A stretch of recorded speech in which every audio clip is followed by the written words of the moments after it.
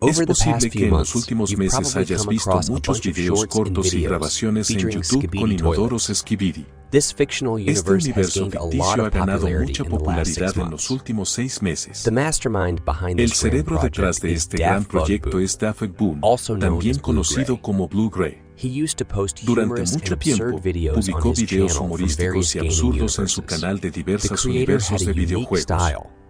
El autor de este proyecto se destacaba por su estilo único, que en parte recuerda la atmósfera del universo Half-Life y a la vez está lleno de viejas bromas absurdas y simples de la década de 2010. Viendo sus primeros videos, se pueden apreciar las técnicas que utilizaba para captar la atención del espectador. Blue Gray experimentó con el contenido durante mucho tiempo hasta encontrar su enfoque. El canal ganó popularidad desde el primer video de Skibidi, que se volvió viral en Internet. Hasta la fecha, se han creado más de 60 cortometrajes que narran la interminable batalla entre los inodoros Skibidi y los camarógrafos. Como muchos otros, al principio no presté mucha atención a este tema. Vi un par de videos y los olvidé. Pero después de un tiempo, volví a ver estos videos y me di cuenta de que los autores incluyeron muchas sorpresas y significados ocultos en su proyecto. Así que adentrémonos en lo que sucede en el universo Skibidi y en lo que los autores intentan transmitir en sus videos. La historia está dividida en temporadas, cada una con 4 episodios. Propongamos comenzar nuestro análisis con el primer episodio, que marcó el inicio de toda la historia. En la primera temporada, nos presentan a los skibidistas, criaturas que emergen de los inodoros y cantan una pegajosa melodía.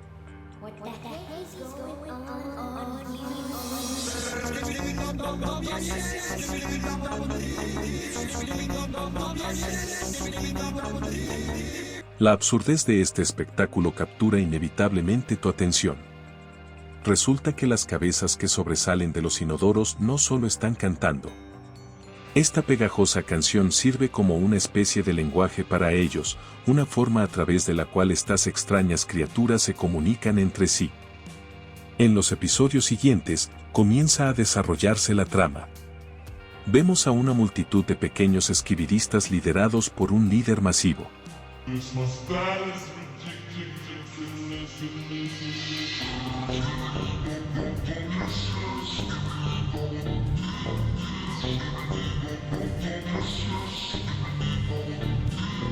Por la trama, es evidente que no son tan amigables.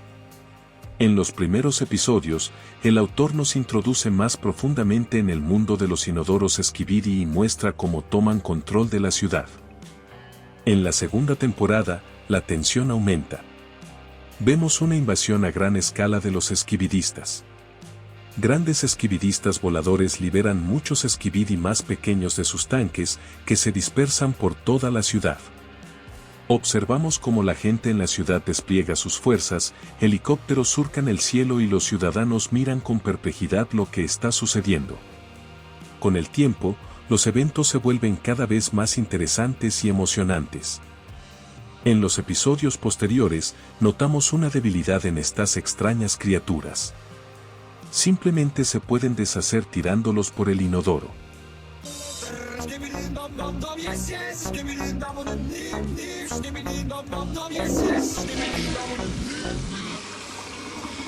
En breve, nos muestran un nuevo tipo de fuerzas humanas. Estos soldados son criaturas humanoides con cámaras en lugar de cabezas. Podría surgir la pregunta legítima de por qué tienen cámaras en lugar de cabezas. Existe una teoría que sugiere que los skibidistas son capaces de crear seres similares a ellos a partir de personas vencidas. Es importante señalar que en los episodios posteriores ya no vemos a personas. De ello se podría inferir que los skibidistas han vencido y solo quedan sus cuerpos humanos. Observamos que los skibidistas atacan siempre la cabeza de la víctima. Esto es solo una suposición, pero ¿qué pasa si las personas que quedaron sin cabeza pudieron implantarse cámaras de alguna manera y continuar la lucha? Entonces, estarían luchando contra sus propias cabezas, las cuales los skibidistas han logrado someter. En esto podría residir un significado oculto importante. Al comienzo de la tercera temporada, vemos una estatua con un inodoro de oro en el centro de la ciudad, donde la gente pasea tranquilamente. En el inodoro está representado el mismo esquibidista que vimos en el primer episodio. Por el comportamiento de los ciudadanos que pasean alrededor, podríamos suponer que parte de la población ha dejado de resistir y se somete a los esquibidistas, mientras que los camarógrafos continúan luchando contra la invasión. Luego, vemos a través de la perspectiva de un camarógrafo que se pone en primer plano. Él cubre la imagen del esquibidista con un adhesivo en forma de cámara. Aparentemente, la imagen de la cámara se convierte en un símbolo de la resistencia contra los esquibidistas. Después, observamos cómo el camarógrafo entra en una catedral donde se han reunido los esquibidistas. Según el retrato del primer representante de su especie, se entiende que la figura clave en su religión es ese primer esquibidista del primer episodio. En el lugar del sacerdote se encuentra un gran esquibidista con un halo en la cabeza. Pronto, los camarógrafos irrumpen en la catedral. El sacerdote esquibidista los devora uno tras otro hasta que finalmente lo deshacen en el inodoro. El conflicto entre los camarógrafos y los esquibidistas alcanza su punto culminante al final de la temporada. Al parecer, cuando los esquibidi inodoros tomaron el poder, al principio no consideraron a la nueva armada de personas en forma de camarógrafos como una amenaza. Pero después de sus exitosos ataques, los esquibidistas decidieron tomarlos en serio. En esta batalla, se nos presenta un nuevo tipo de esquibidi. Esta criatura tiene 3 cabezas, siendo la cabeza central coronada por pequeños cuernos. Probablemente, esto sea un símbolo de que los esquibidistas han pasado de un gobierno humano a métodos más brutales. En la cuarta temporada, ya observamos una batalla a gran escala entre los camarógrafos y los esquibidistas.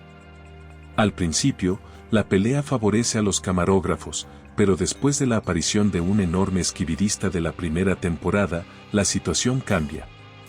Vemos como este colosal esquibidista, muy parecido a los hombres de G, se deshace fácilmente de los camarógrafos con un láser que sale de sus ojos. En el siguiente episodio, vemos que los camarógrafos han adquirido nuevas máquinas de guerra que les dan ventaja en el campo de batalla.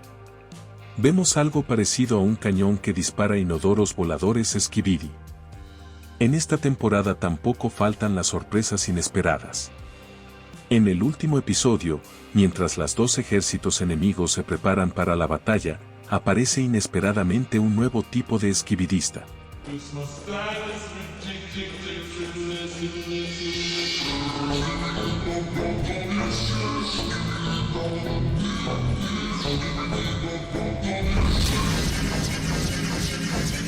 Este espécimen ya está formado por un armazón metálico con turbinas dispuestas alrededor. Derriba a todos sus aliados, destruyéndolos, y se lanza hacia los camarógrafos. Posiblemente, este tipo de esquibidistas son una suerte de desviados que destruyen todo a su paso. Al comienzo de la quinta temporada, los camarógrafos crean su propio híbrido, que consiste en una cámara conectada a un inodoro. Crearon este mecanismo para que pudiera infiltrarse fácilmente en el laboratorio de los esquibidistas y obtener información sobre sus planes.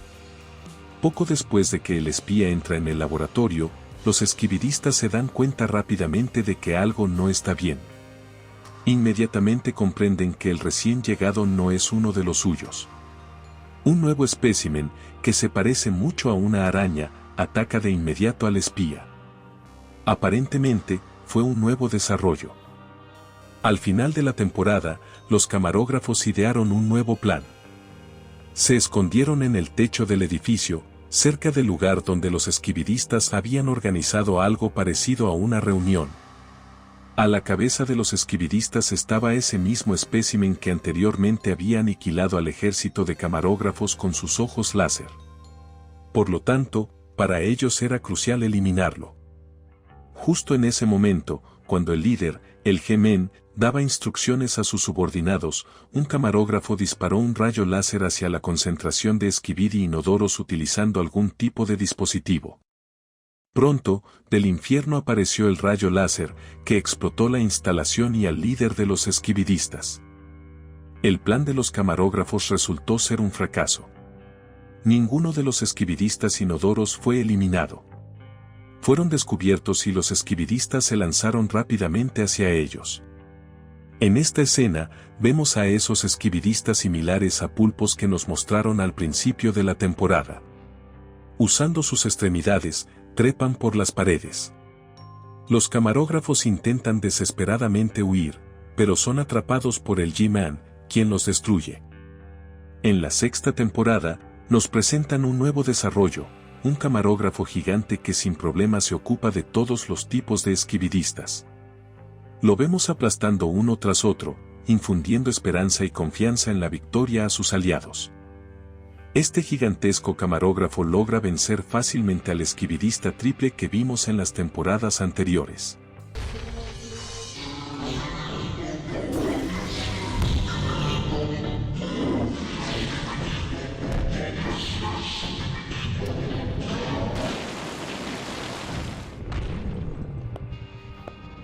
Quizás incluso habría logrado vencer a G-Man, pero un esquibidista blindado se cruzó en su camino y se estrelló contra él a toda velocidad. Al darse cuenta de que la situación no estaba a su favor, el camarógrafo gigante se apresuró a abandonar el campo de batalla. La siguiente temporada comienza con el interrogatorio de un esquibidista que, al parecer, lograron capturar. Los camarógrafos le hacían preguntas sobre G-Man, quien complicaba su resistencia. Pero pronto, el esquibidista prisionero se deshizo de sí mismo en el inodoro, y poco después apareció G-Man por sí mismo. Luego, los camarógrafos se lanzaron a una ofensiva con el objetivo de destruir a G-Man a toda costa. Sin embargo, su desesperado intento resultó en derrota, ya que descubrieron que el líder de los esquibidistas no podía ser simplemente eliminado como las otras criaturas, no se podía simplemente sifonear en el inodoro como al resto. En el último episodio de esta temporada, vemos cómo reparan a un camarógrafo gigante en un laboratorio. De repente, los esquibidistas irrumpen en el lugar, pero al ver a este gigante enemigo, se dan la vuelta y tratan de escapar. Observamos que no solo lo están reparando, sino que también lo están mejorando para que pueda hacer frente a los nuevos enemigos. Finalmente, llegamos a la octava temporada.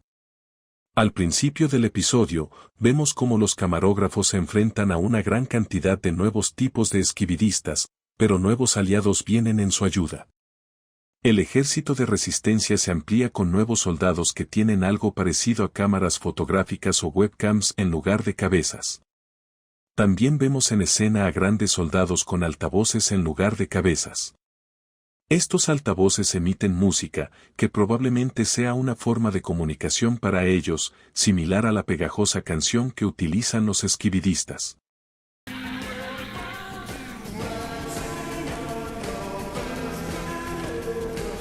Estos nuevos tipos de soldados se enfrentan mucho mejor a los enemigos en el campo de batalla. Luego, vemos también a un camarógrafo gigante con una columna en la cabeza y los hombros. Aparentemente, también es una nueva creación. Este nuevo ejemplar se parece mucho al camarógrafo gigante anterior, también puede disparar y volar con motores. Además de todo esto, utiliza música, posiblemente para distraer al enemigo. El nuevo camarógrafo vence a su enemigo y se sienta encima de él. Así termina la temporada y nuestro resumen del argumento de los esquibidistas. Si te interesan este tipo de análisis, suscríbete al canal, donde vamos a analizar la trama y los eventos del mundo de la guerra entre los esquibidistas inodoros y los camarógrafos.